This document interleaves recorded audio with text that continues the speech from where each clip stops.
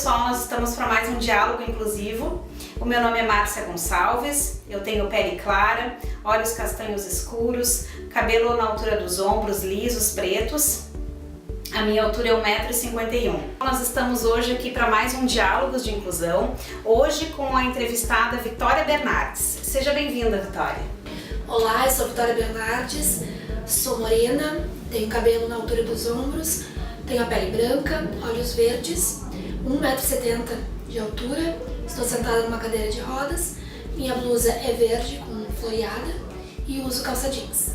A Vitória é militante dos direitos das mulheres e das pessoas com deficiência, é mãe, psicóloga e mulher com tetraplegia.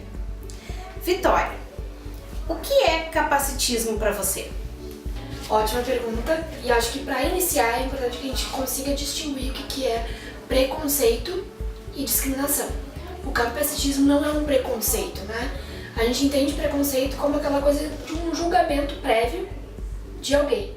A discriminação se vale de características, sejam religiosas, de características físicas ou condição, no caso da deficiência, para fazer com que elas não acessem a direitos, ou seja, elas são tratadas de forma desigual. O capacitismo é uma discriminação que acomete as pessoas com deficiência, que a base dela é focada na ideia de incapacidade global daquele indivíduo. Ou seja, o capacitismo tá para pessoas com deficiência como o machismo tá para as mulheres e o racismo tá para as pessoas negras. É importante fazer essa relação para a gente ter uma noção maior, né, sobre a dimensão e os impactos disso na vida das pessoas com deficiência. Eu acho bem importante dar um exemplo da questão do capacitismo, que é no mercado de trabalho, né? Se a gente fosse colocar um anúncio de emprego e colocasse assim: procura-se homem branco, hétero, cis, para rico para exercer tal função, né? Sendo que para exercer tal função não precisa ser homem, hétero, cis e toda aquela questão.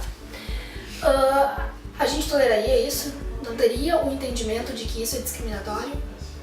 E por que a gente ainda não entende que uma empresa colocar procura-se cego, procura-se, né?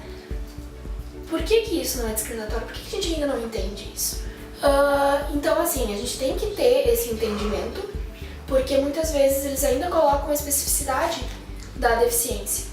Então, assim, como que tu vai lidar com o fato de que estão te resumindo a uma única deficiência e o quanto que isso é simbólico e violento, né? Porque normalmente as deficiências escolhidas são aquelas que as pessoas toleram, né? Eu acho que eu vou suportar mais esta deficiência em detrimento da outra e não a capacidade. Então isso é um exemplo muito simbólico e, como eu disse, violento do capacitismo, inclusive nas organizações.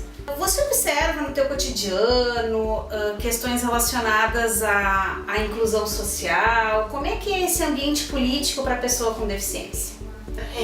A gente tem que focar que a maior parte das pessoas com deficiência estão na pobreza, né? Porque a deficiência tem uma relação direta da deficiência ser causada também por questões de falta de acesso à saúde, saneamento básico, tratamentos adequados, como também a condição da deficiência também leva à pobreza, porque tu fica à margem, né, inclusive do mercado de trabalho. Então, como é que tu vai exigir uma participação política de pessoas que não têm o mínimo, né? Se tu não tem acesso a direitos, tu não te percebe também como detentor de direitos, né? Então, isso é algo que, inclusive, afeta diretamente na nossa construção enquanto movimento de pessoas com deficiência, né? Porque há uma dificuldade muito grande da gente se entender, né? De entender que nós temos uma identidade que sim, é uma identidade de pessoa com deficiência. Porque a deficiência é uma construção social e a gente precisa ter uma clareza muito grande sobre isso, porque quando a gente também se esconde através desse discurso de superação, a gente desconsidera todos que estão à margem. Então, acho que a participação política ela ainda é bem limitada, né? Lembrando que uma das características do ser humano é ser um ser político, então aí também tem uma questão muito importante do quanto que a nossa humanidade também é negada, né? A partir do momento que tu não faz parte desses espaços de poder, enfim.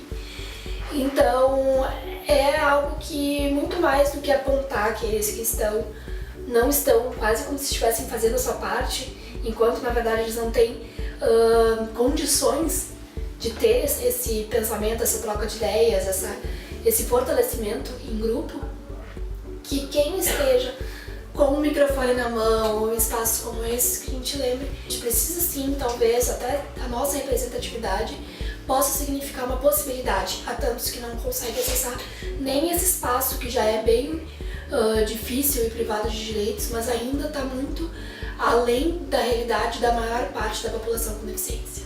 Então nós gostaríamos de agradecer a Vitória Bernardes por esse Diálogos de Inclusão, mas essa é somente a parte 1. Você pode consultar todos os nossos vídeos no canal do YouTube e também convidar vocês para assistir a parte 2, em breve. Obrigada, abraços inclusivos!